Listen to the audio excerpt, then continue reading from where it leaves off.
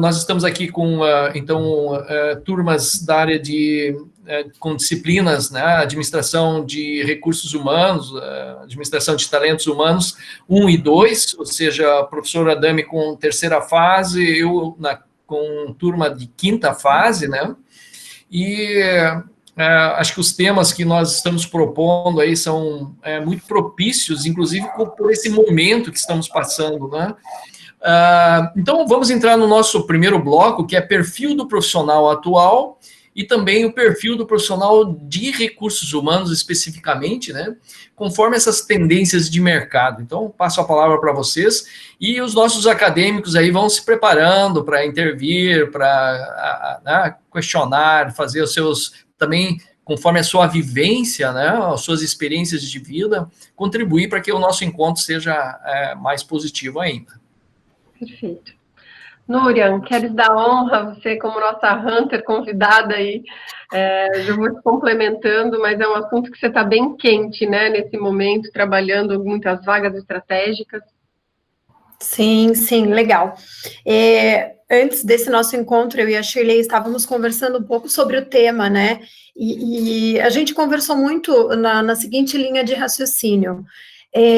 Esse momento de pandemia, né, essa crise, na verdade, ela está fazendo com que a gente coloque os holofotes para assuntos que a gente já deveria estar cuidando, né, então, como o professor Guinter falou, a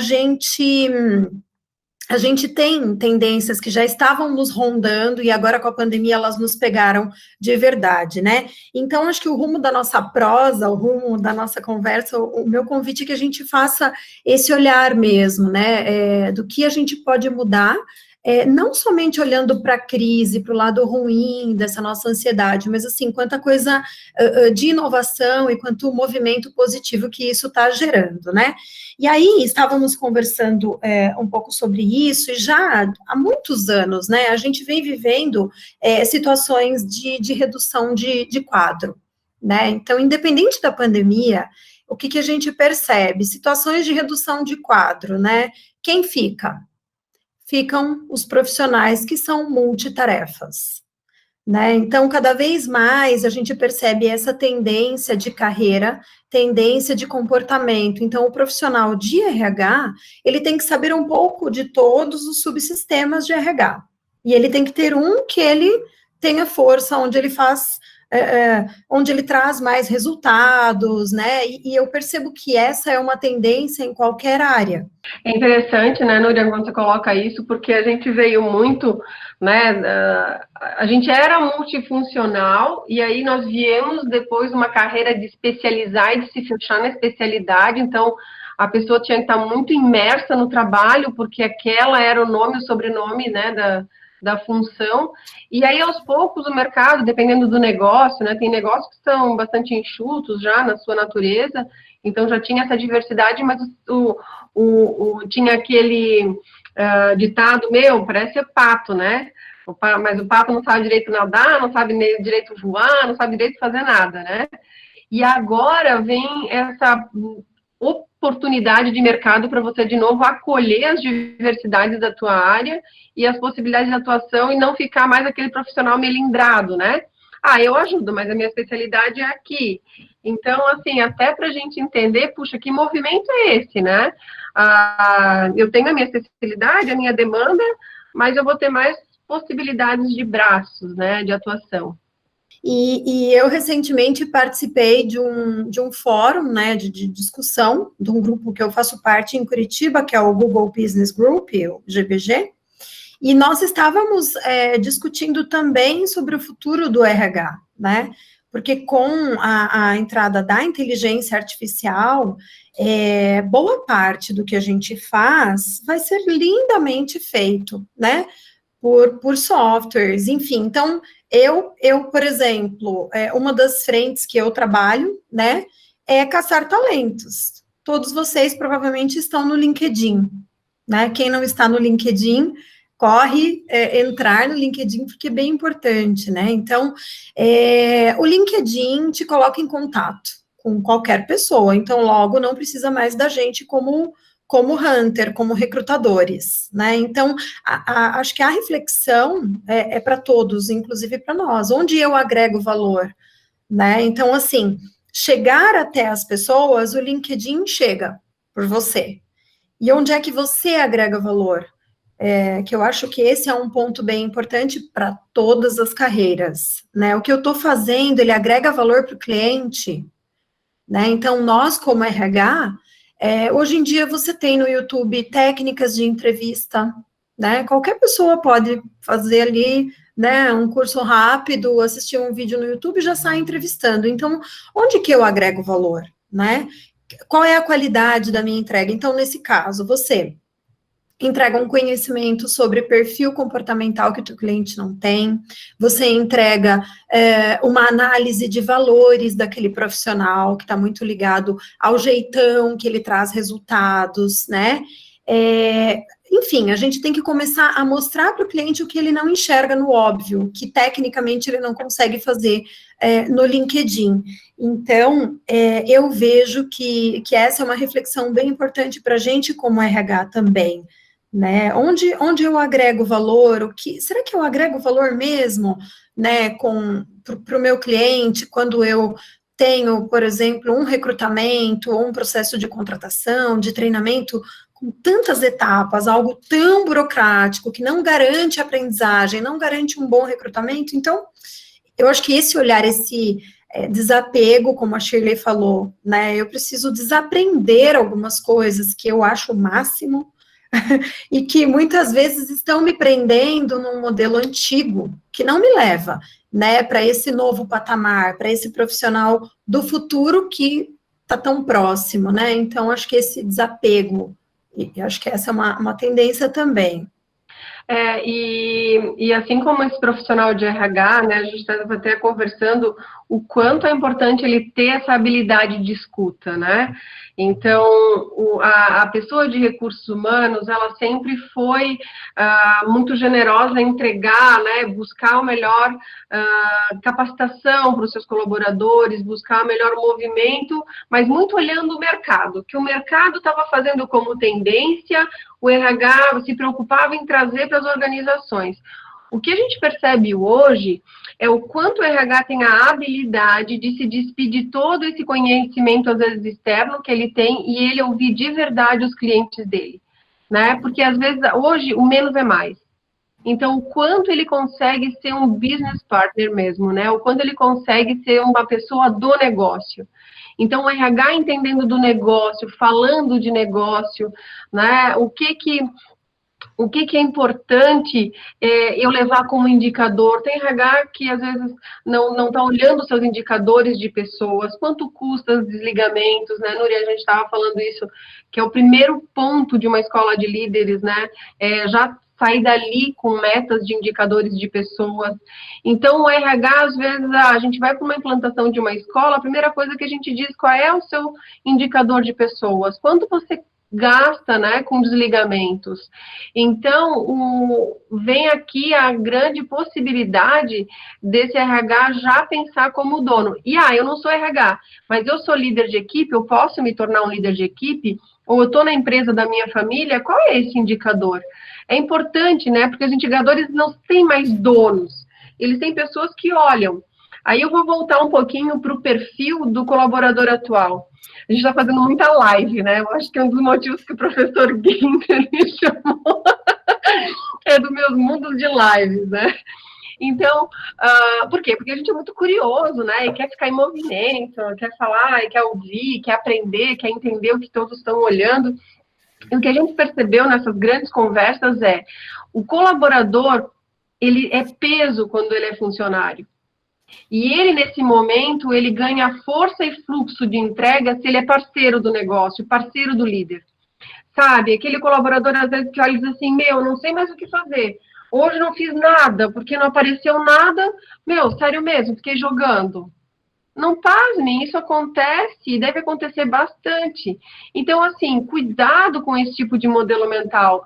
Eu não foi me dado nada de uma atividade para fazer. Meu tempo eu fiz, ficou ocioso. Então, isso é um empregado, né? É um funcionário. Mas hoje o que a gente se busca é essa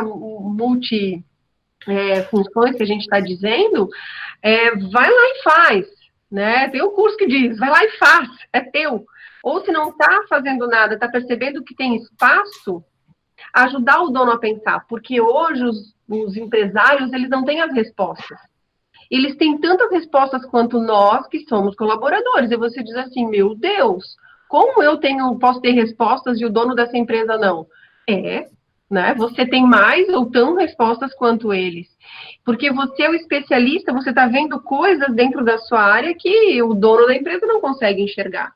E se você se posiciona como um parceiro do seu empregador, do seu líder, daquele empresário, você tem um valor de mercado que começa a ser diferente. Aí você pode dizer um dia para os seus filhos, olha, passei uma pandemia que foi assim, e o que me salvou e salvou o negócio fui eu, né? Porque todos nós temos o poder de entregar soluções.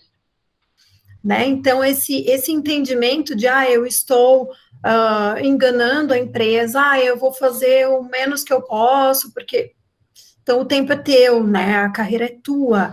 E esse é um dos mecanismos de autossabotagem que a gente vê no coaching, a gente trabalha muito isso, né? Os mecanismos de autossabotagem. Esse é um exemplo clássico, né, Shirley, que é muito parecido aí com esse que você trouxe. Então, eu creio que esse profissional também do futuro, ele não tem tempo a perder, ele está cuidando do desenvolvimento dele, independente do cenário, da remuneração que ele está recebendo, ele quer se desenvolver. E um outro trabalho que a gente faz também junto aos acadêmicos e reforça essa questão é um plano de carreira pessoal e profissional, onde o acadêmico é protagonista do próprio da própria carreira, do seu futuro, e ele faz toda uma análise aí do que ele quer, o que ele busca. Em cima disso, ele faz a análise SWOT lá, ou a FOFA, fortes, oportunidade, pontos fracos, ameaças. E, por outro lado, ele aprimora os seus sonhos, né? Dependendo da carreira que ele quer, onde ele quer chegar, ele pensa se vai ficar em Brusque, se vai ficar em Santa Catarina, no Brasil, ou é uma pessoa do mundo, né? Então, aí ele tem que ter todas as ferramentas para, dependendo do tamanho dos seus sonhos, ele passa a correr atrás, e aí ele vira protagonista, ele não espera mais para a empresa ou alguém buscá-lo. E aí ele aproveita as oportunidades, tudo é questão depois de como gerir esse plano e fazer essas estratégias aí. Muito legal, né? O professor Adani é coaching, né? O que ele faz ali com as pessoas é realmente um trabalho de coaching. Olhar, fazer a sua própria análise SWOT, né? A sua própria FOFA, é o que a gente chama de PDI, né? Um plano de desenvolvimento individual. E que legal que eles tiveram a oportunidade de fazer essa aplicação online, porque eles conseguem ver o quanto dá certo. Nós, como RH, né, eu já quebrei, graças a Deus, há muito tempo antes da pandemia, né, a Núria nem se fala, mas existem muitos RHs que não contratam online, porque não conseguem ver, não conseguem perceber muitas coisas, mas o online te dá muitas possibilidades de atuação, e quando se quebra esse paradigma, tendo a experiência de fazer, né, aproveitar esse momento para já treinar assim, que legal. O que é importante, né? Ferramenta de RH não é do RH há muito tempo. Ferramenta de RH é para alimentar conhecimento de gestão de pessoas, de líder, né, de dono de empresa. As pessoas precisam saber selecionar, né, com quem vai trabalhar e dizer, olha, eu topo esse candidato, porque só o RH selecionar e minimamente o líder conhecer a pessoa, assim, entender o que ele está trazendo para o seu time, de forma consciente, né, é um perigo muito grande, porque quem vai fazer a gestão e o desenvolvimento dessas pessoas são as lideranças. Então, ferramenta de gestão de pessoas, ela realmente é importante ser replicada, né? A gente tem percebido um rigor maior, né, das empresas, e também uma queda de remuneração.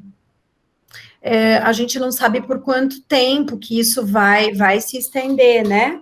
Mas hoje, como a gente tem muitos profissionais disponíveis e muitos profissionais bons, né?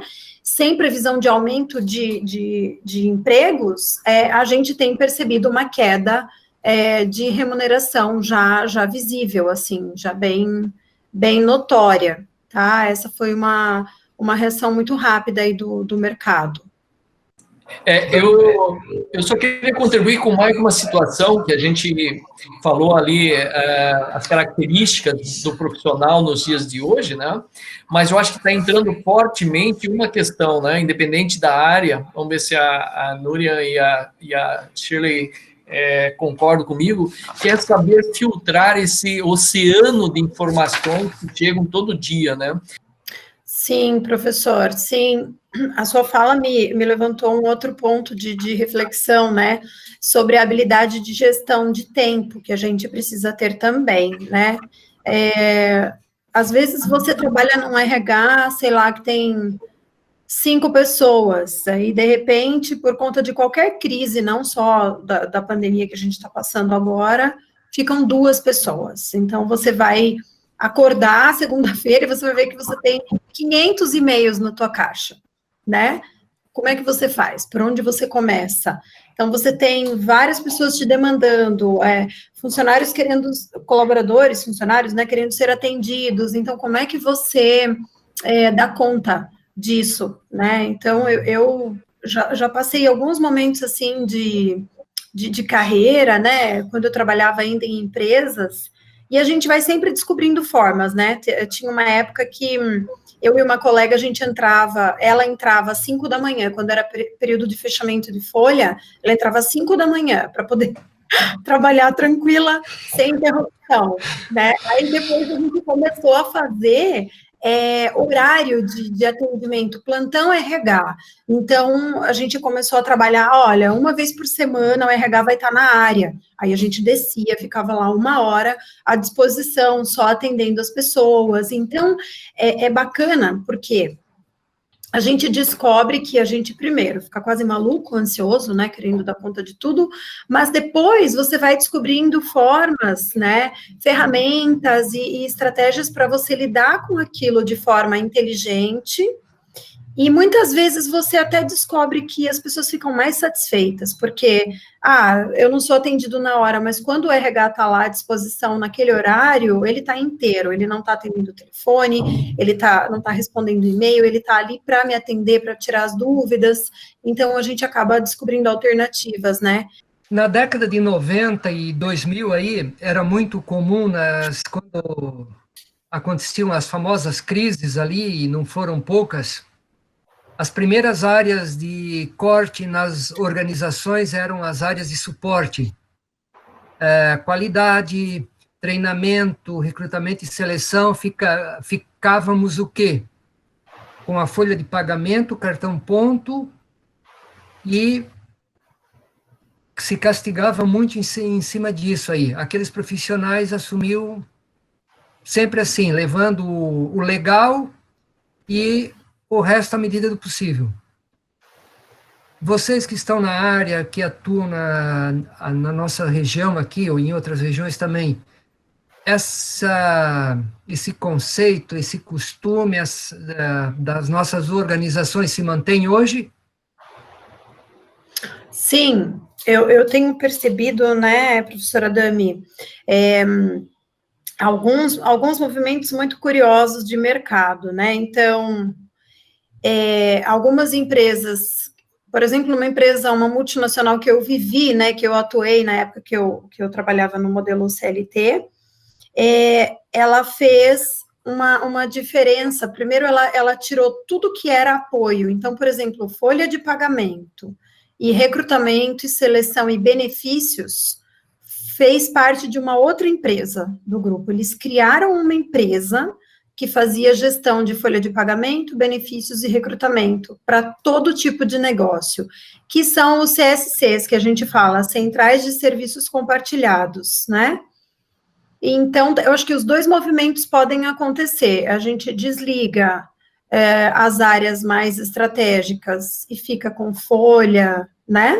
Ou o inverso, a gente já, antes da crise, já coloca numa central de serviços o que é operacional, e você só fica no teu RH com a parte estratégica. Então, os profissionais que cuidam de avaliação de desempenho, que cuidam de treinamento estratégico, recrutamento só de líderes e posições chaves ficam dentro do negócio. Então, eu vejo os dois movimentos, por isso que nós, como RH, a gente tem que estar sempre, né, pronto para tudo, porque o mercado, a gente é uma área de apoio, né, então nós somos muito sensíveis a esses momentos de corte, de crise, essa é uma realidade. Ok, acho que partimos então para o segundo bloco, o impacto da crise / oportunidade na gestão de pessoas nas organizações, né? Eu tenho, assim, vivido um cenário, principalmente na educação corporativa, de pessoas, de clientes meus, estavam há muito tempo querendo trabalhar projetos, por exemplo, à distância, e que elas pudessem ter a gestão dessa proposta na mão, né? Então, o que seria? Realmente, implantação de uma universidade corporativa, que seja ela, na sua maior parte, online, né, e que, caso der crise, não tem problema de não deixar de treinar as pessoas, né? Então, eu vejo algumas áreas de negócio, confesso para vocês que, principalmente as cooperativas, isso de independente ou negócio, está tendo a oportunidade de focar em estratégias de gestão do conhecimento, onde ela não conseguia fazer em épocas de não crise, porque ela tinha muitas demandas presenciais e tudo mais. Então, hoje, elas estão ali aproveitando o momento e fazendo isso. Eu queria trazer também uma reflexão para a gente, o que a gente tem percebido, né, de tendência de mercado para os negócios, né, diante da crise, oportunidade e tal. A gente tem ouvido muito falar sobre o Customer Experience, que é a experiência do cliente, né? Então, em vários congressos de RH, a gente tem visto isso, a jornada do meu cliente interno, a jornada do funcionário na empresa, e eu acho isso bem estratégico para o negócio e para nós como RH, né? Você já se perguntou como é que está a experiência do teu cliente interno, do teu colaborador com o seu RH, né? E como que é a minha experiência quando eu sou cliente, né? Se eu perguntar para vocês, como é que foi tua última experiência de compra? Né? Imaginem aí, como é que foi a última experiência de compra de cada um de vocês? Ela foi boa? Do começo ao final? Né? Da compra, do atendimento, da entrega do produto, a qualidade do produto, o pós, né? Como é que foi? Né? A sua experiência foi boa? Do começo ao final, né? Então, eu vejo que essa é uma pergunta que nós, como RH, devemos fazer também de forma estratégica, né? Como é que está a experiência do meu cliente interno com a gente, enquanto RH, e como é que está a experiência do cliente externo com o negócio? Quantas oportunidades que a gente tem visto, né, com a pandemia? E é bem interessante, né? Porque a experiência, ela já estava muito forte há uns 5, 7 anos atrás ali, né, com a vinda das tecnologias. Então, a gente veio de eras, meu Deus, há muito tempo atrás, né, de extração, e depois de produção, onde a gente guardava as coisas com medo que ia faltar, né. Me lembro que antigamente na casa da minha avó, enfim, tinha freezers, né, com um monte de carne, né, estocando coisas. Depois a gente vai comprando coisas que vai para consumir. E aí, mas ainda nós vivemos numa era que parece que a escassez vai acontecer muito rápido. E aí vem todo esse medo e a experiência que a gente gera em torno desse medo, dessa expectativa. Então, se tudo a gente perceber como experiência, nós podemos entender que a experiência do nosso cliente interno, mesmo a gente sendo da área de recursos humanos, entendendo que experiências a gente entrega para eles. Eles estão com medo? eles estão com dificuldade. Então, o que eles precisam é isso que é o ponto de atenção que a gente se coloca à disposição. A gente, então, não entrega necessariamente o que está no mercado. A gente vai oportunizar experiências que ajudem as pessoas a fazerem o seu trabalho. Eu queria aqui colocar 2 experiências aí com essa questão do impacto da crise e oportunidades. Meados de março para abril aí, sou uma empresa e um pessoal foi para casa para trabalhar de casa, o home office. E o incrível da equipe foi o seguinte, são 6 pessoas, né? 4 delas, 2 semanas em casa, pessoal, as metas já estão todas atingidas. A produtividade, segundo o depoimento de 3 deles que eu conversei, a produtividade aumentou, o tempo de trabalho diminuiu.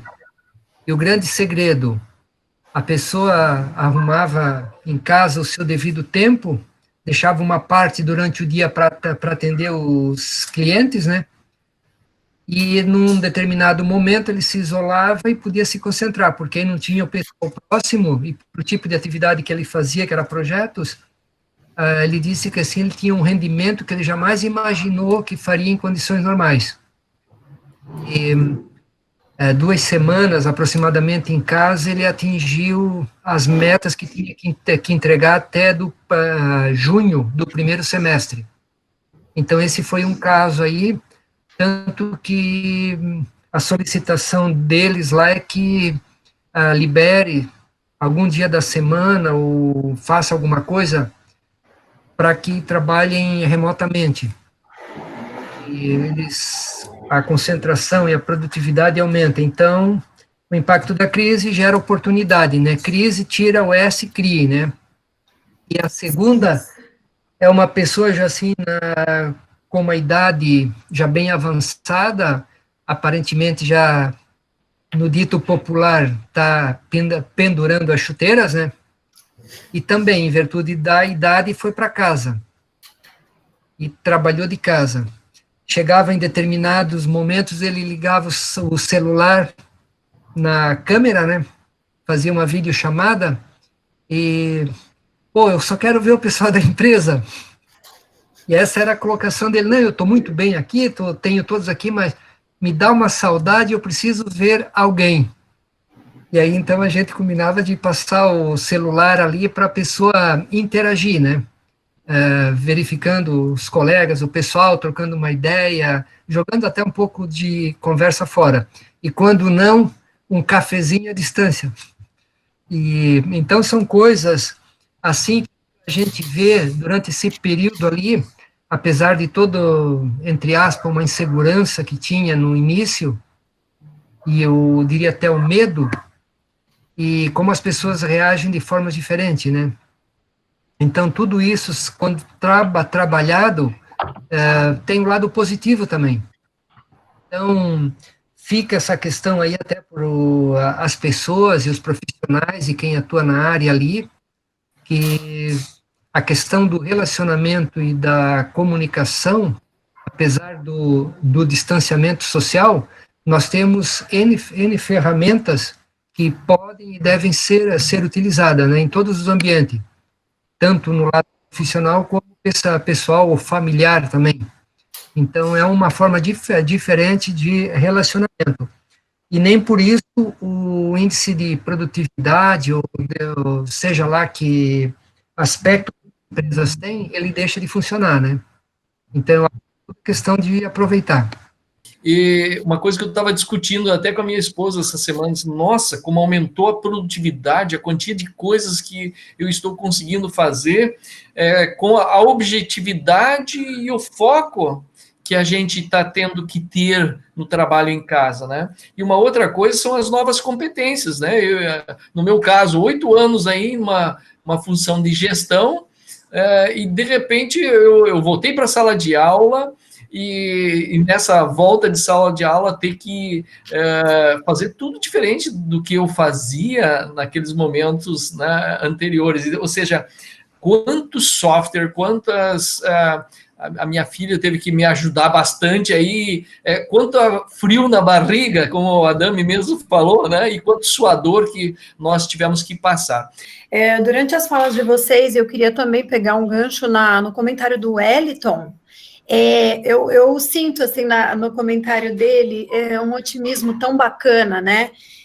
De, puxa, olha... Né, nos momentos de maior dificuldade surgem grandes ideias, surgem os melhores profissionais, os grandes projetos, né? As pessoas ficam ricas no meio das crises. Tem muita gente que tem aquele insight porque está nesse momento de pressão e isso acaba favorecendo, né, o modelo mental, dependendo da pessoa. E isso, o Wellington, me remete também a uma habilidade bem importante do RH ligado à inteligência emocional, né? A inteligência emocional, nesse momento de crise, ela é muito importante. E como que a gente pode ver o RH, né, manifestando a tua inteligência emocional nesse momento? Então, a inteligência emocional, ela é subdividida em vários comportamentos, né?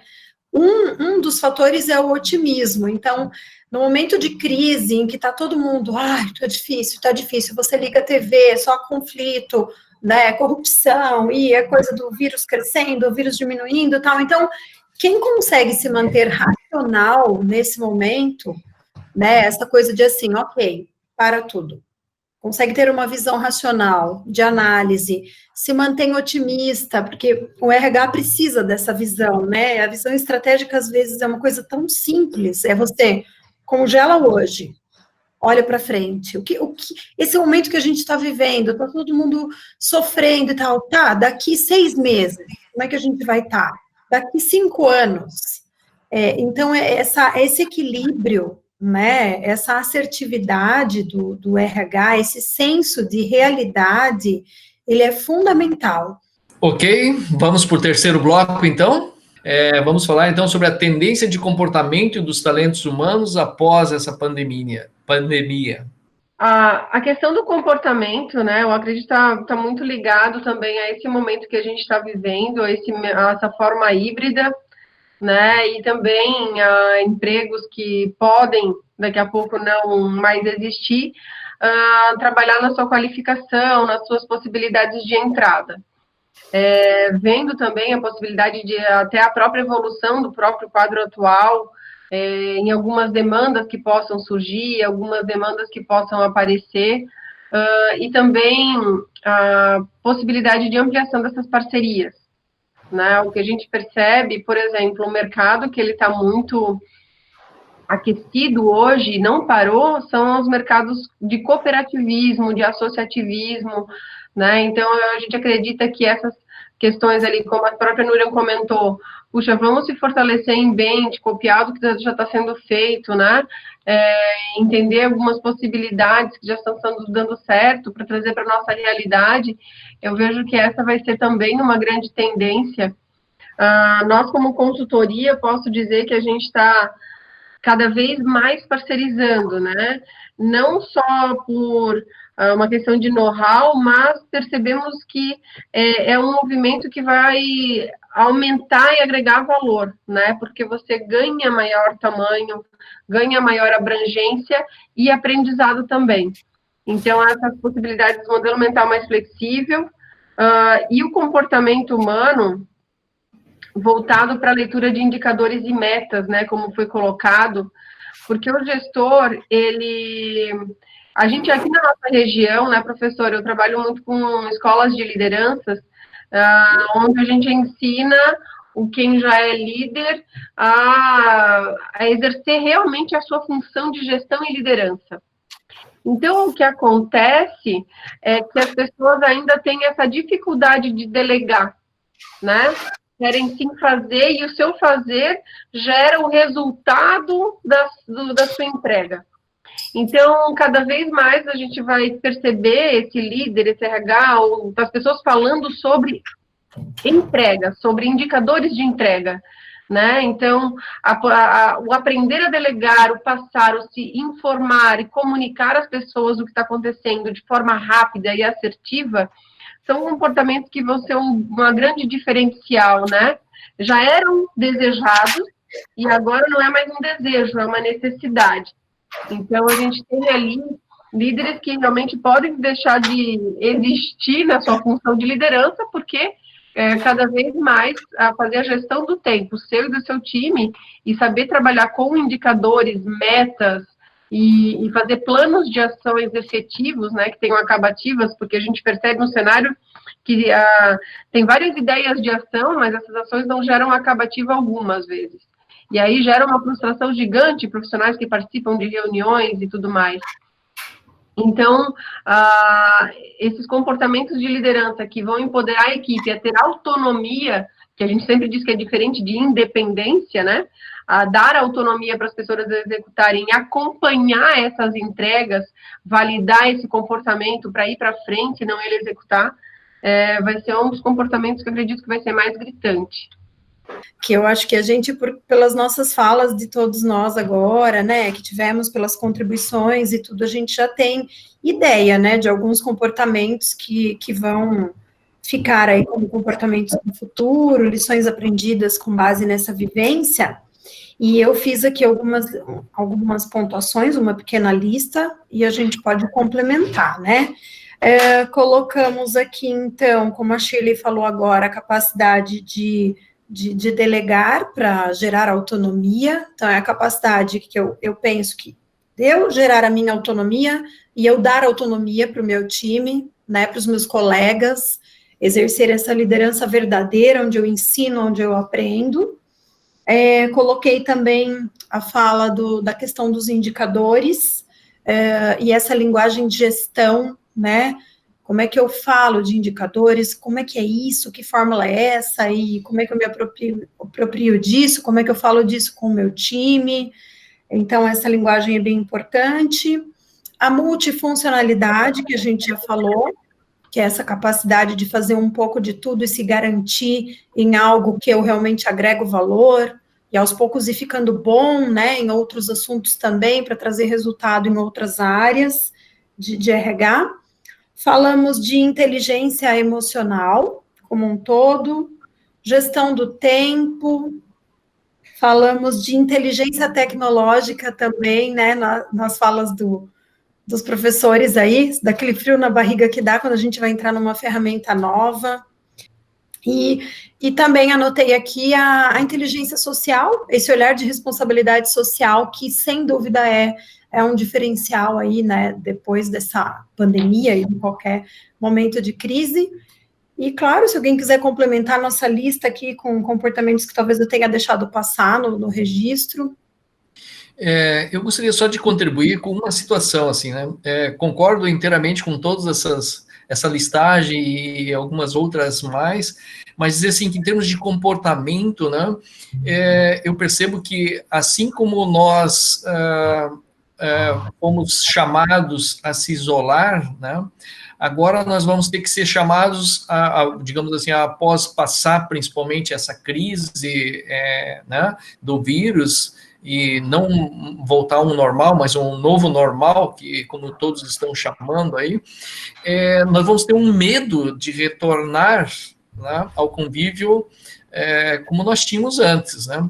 A gente já percebe agora, né, esse medo nas pessoas, tá? Uma aproximação, ou se a pessoa chega sem a máscara, ela já ou espirra, ou algum fato que antes era celebrado, era feito uma brincadeira, agora parece-me que acaba sendo preocupante no teu ambiente de trabalho. Então, provavelmente os eventos, mesmo que o governo, através da lei, das portarias, dos decretos, estabeleceu que está tudo liberado a partir de amanhã. Eu duvido que teria algum show presencial que seria um sucesso, né? O que está aparecendo agora é oportunidades como grandes artistas e conseguindo, digamos assim, ter uma audiência de milhões de pessoas, né? Imagina se cobrasse R$1 de cada um, aquele Matheus e a dupla lá, ou qualquer outro desses últimos aí, teria ganho em uma noite milhões, né? Se cobrasse R$1 de cada pessoa. Agora, se eu pegasse e ainda multiplicasse isso pela cada um assistiu dentro da sua residência, mais 3 componentes, imagine o efeito disso, né? Provavelmente vai mudar a indústria de eventos, né? Mas dizer assim que até o final do ano, eu digo que as pessoas vão estar com receio de ir a aglomerações, né? Às vezes sim, né? A gente entendeu o vendaval que está passando, entendeu como que a gente pode se mover, mas é um dia de cada vez, né? Não que a gente tenha que ficar ali necessariamente estático, parado, mas sim em movimento, dentro do que se é possível. Se hoje é possível lavar a mão, higienizar e se cuidar da saúde, faça o básico, né? Faça o 1%, mas faça algo. E dentro da organização a mesma coisa, né? Qual é o cenário que está acontecendo? O que é possível aqui? Né?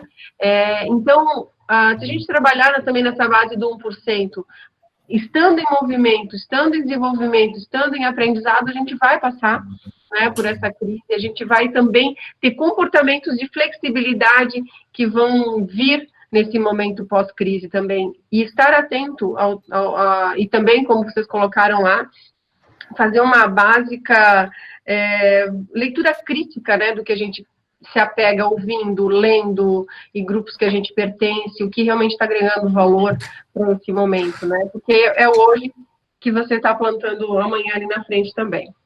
Mas dizer assim que a humildade e fazer com que a empatia aconteça de forma mais frequente, eu acho que é uma das tendências a partir de agora, né? De fazer ouvir mais, né, de entender as pessoas, né? Eu acho que nesse sentido isso é de importância, né? E saber ouvir, né, eu acho que vai ser um dos comportamentos de tendência dos novos gestores, porque para quem entendeu essa ventania toda, fez ele refletir, né? Eu vou dar um exemplo, né? Final de ano, eu e minha esposa e mais um casal, fomos para o Uruguai, passamos um período lá, né?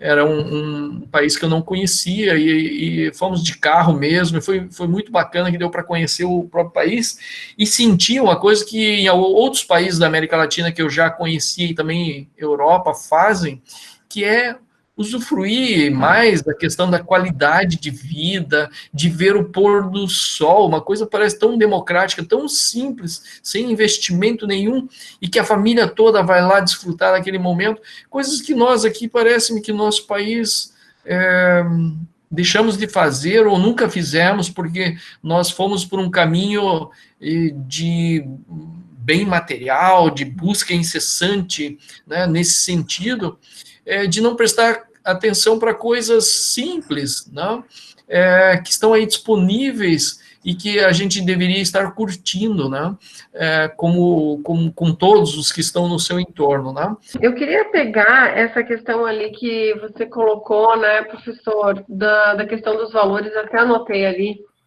porque realmente eles acabam ficando às vezes soltos, né, e realmente a humildade, empatia, saber ouvir, e também alguns valores,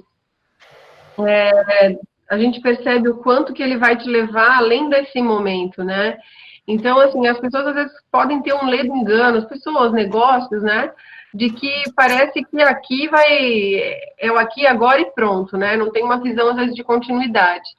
E como a gente percebe, assim, que as empresas também crescem, as carreiras que se fortalecem, elas têm uma base de valor muito sólida, né?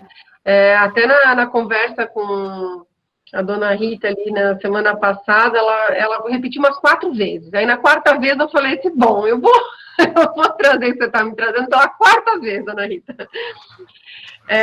Mas realmente, o que ela me coloca ali, né, da jornada dela, da empresa dela, e também percebendo a jornada de vários pessoas de carreira, lideranças, e profissionais que eu admiro, que não são cargos de líderes, mas eu admiro profundamente, ele tem uma base de valor muito sólida. E que quando vem esse vendaval todo, ele continua firme nos seus valores.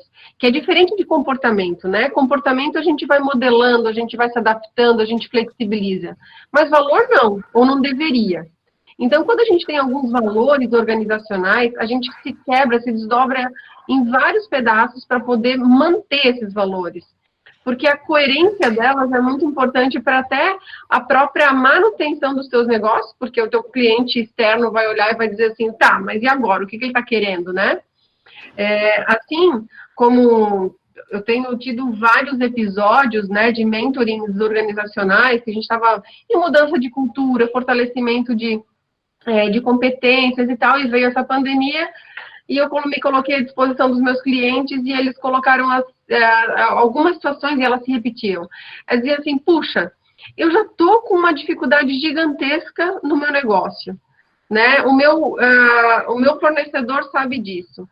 E ele está dizendo, se eu não pagar no prazo, a multa vai ser de não sei quanto, muito frio, né? Não, tudo bem, todo mundo quer receber, todo mundo precisa receber, mas a tratativa, né? Tem uma negociação, ligar para saber como eu tô, né? A cobrança, até a forma de cobrar, né? A pessoa com que eu tô, ela é diferente, porque eu quero que ela continue sendo meu cliente, ou meu fornecedor, ou meu parceiro de negócios. Então, o quanto é importante a gente ter essa sensibilidade, que é essa empatia, né? E entender, puxa, quais são os meus valores? Ah, sempre foi ganha-ganha, tá. E aí, onde é que está o seu ganha-ganha? Ah, sempre foi atuar de uma forma humilde, prestativa. Tá, e aí, onde é que está isso? E essa incoerência organizacional, ela gera um embolo de saúde organizacional também, porque o teu colaborador, as tuas lideranças, não tem mais base de onde eles vão trilhar, né? Então, o quanto é importante, assim, uma reflexão muito grande do que você se comunica, como você se comunica para dentro e para fora, né? E essa manutenção dos seus valores é a sua expressão, a sua ação, né? Na prática. Bom, nesse sentido, então, o que precisamos observar, né? Nos preocupar aí a partir das tendências de mudança dos negócios atuais, né, Shirley? O que você teria para falar para nós a respeito disso? Essa foi uma indagação que o professor Adami levantou junto à turma dele, né? E que a gente achou ter esse bloco exclusivo aí para a gente debater essas questões, né? Quando os sinais aparecem, o que a gente precisa estar se preocupando? Eu acredito que essa questão dos valores, né, que a gente colocou ali, essa aderência, né, aos valores, e toda essa tendência de mudança, o RH, o colaborador, ele voltar a sua visão para entender melhor do negócio, né? Às vezes é muito complicado quando o dono da empresa já está sabendo o rumo da mudança, ou está percebendo as mudanças, e tem uma resistência interna. Né? Então, como é importante a gente trabalhar a mudança desses modelos mentais, essa flexibilidade, e trazer a possibilidade de conversar, né, sobre algumas mudanças ou sobre algumas coisas incertas que estão acontecendo. Então, mas eu não vou fazer reunião com a minha equipe, ou eu não vou provocar uma reunião entre as pessoas, ou uma conversa, porque eu não sei para onde que a gente vai. Até esse momento, ele é importante, né?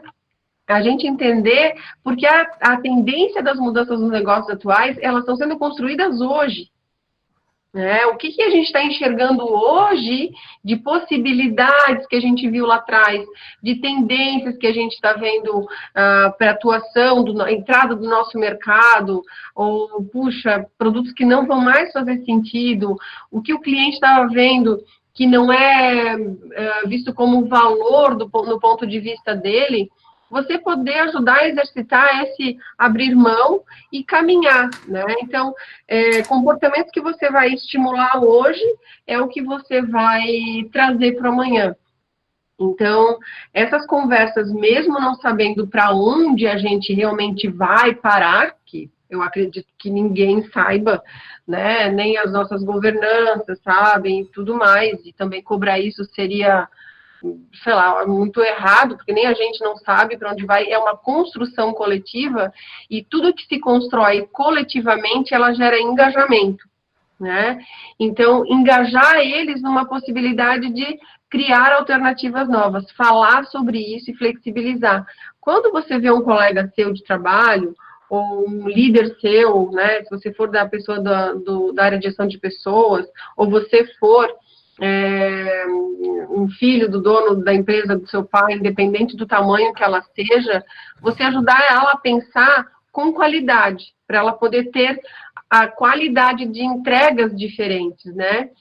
A resistência, ela acontece ainda mais na nossa região, que é uma região germânica, onde o previsível, né, o ter dados, acompanhamentos que sejam mais previsíveis, elas se tornam melhor.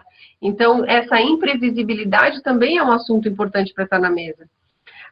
Então, são questões para até próprio gerir o seu próprio tempo, que você vai lá fazer uma administração do seu tempo, você vai conversar com as pessoas, fazer acompanhamentos com mais frequência, reuniões, deixar as pessoas falarem do que elas estão percebendo, ela é super sadio, né, saudável para a construção desse futuro, dessa tendência.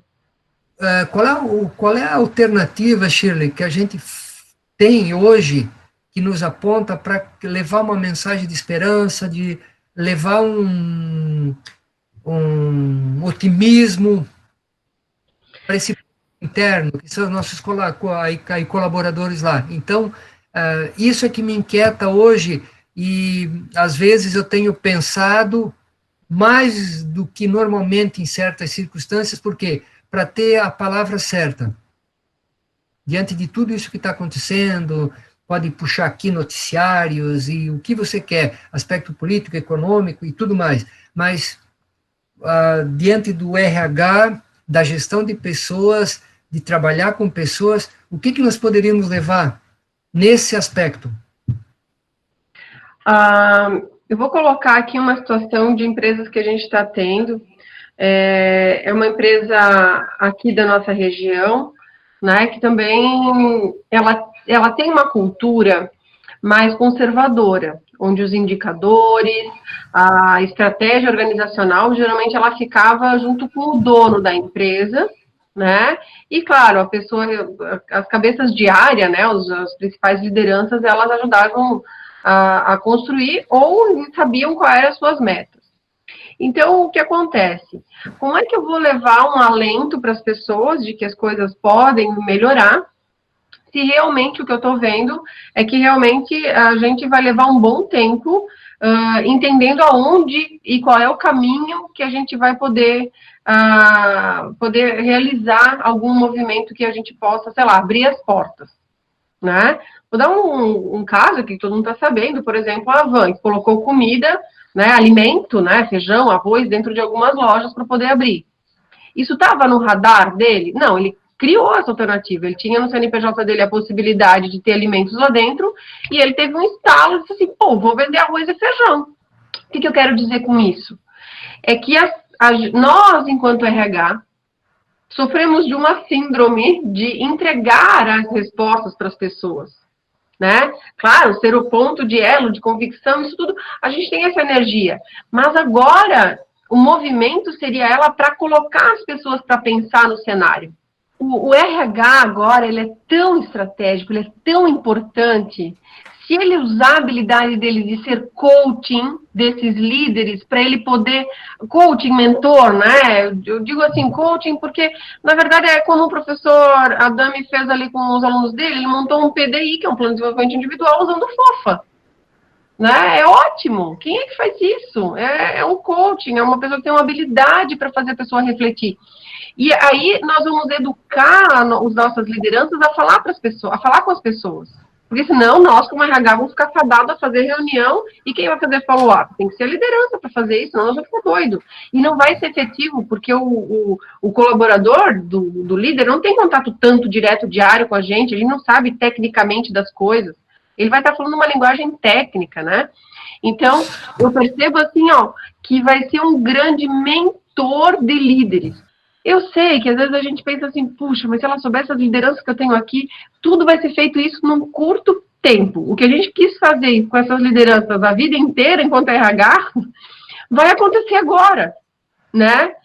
Então, confia, eles estão prontos para estar nesse momento, senão ele não estava vivendo isso. A gente está pronto para viver o que está vivendo. Eu estou saindo daqui com os 3 comportamentos que para mim foi libertador. saber ouvir, humildade e empatia. É assim que a gente vai construir. Queria agradecer a Shirley. Shirley, magnífica, parabéns. E obrigado aí pela tua presença, professor Günther aí que intermediou o evento também. Eu que agradeço, foi muito bacana, uma experiência fantástica estar aqui com vocês hoje.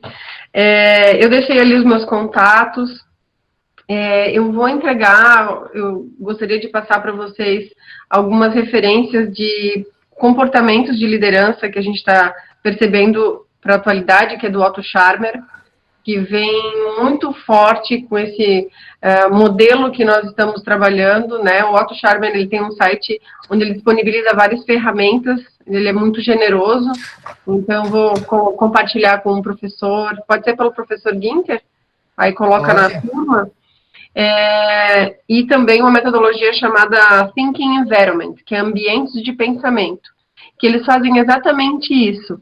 Quando você troca ideia com outras pessoas, você tem ali a tua criatividade, uma inovação, mas para isso precisa de outra pessoa, para pelo menos te ouvir e estar atento a você, para as ideias começarem a fluir, você organizar a sua própria ideia. Então, vale a pena, são metodologias novas e contemporâneas que a gente está percebendo aí, que vale a pena. Bacana, Shirley. Enfim, nós é que agradecemos a tua disponibilidade e da Núria. Um abraço a todos e se cuidem, né? E cuidem dos seus familiares aí também, para que a gente enfrente tudo isso e logo esteja numa nova realidade, em um novo momento, tá? Até mais a todos, então. Obrigado, tá, Shirley? Obrigada, tchau, tchau. Tchau, tchau.